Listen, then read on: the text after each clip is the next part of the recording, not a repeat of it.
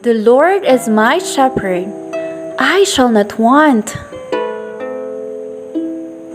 He makes me to lie down in green pastures. He leads me beside the still waters. He restores my soul.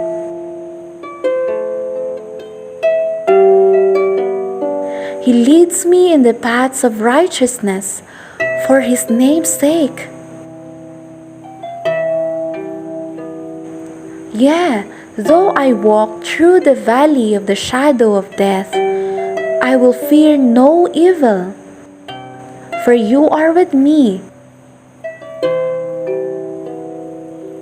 Your rod and your staff, they comfort me. You prepare a table before me in the presence of my enemies.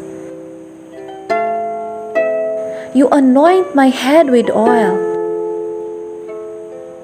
My cup runs over. Surely goodness and mercy shall follow me all the days of my life, and I will dwell in the house of the Lord forever.